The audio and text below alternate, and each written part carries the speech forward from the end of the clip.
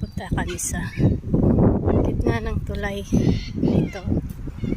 Naalala ko sa scenes na, sa places na ganito eh. Pinuntahan namin sa Croatia. Pag winter siguro ang ganda to.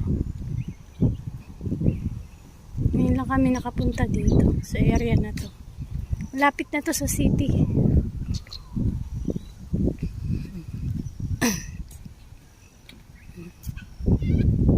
Diba?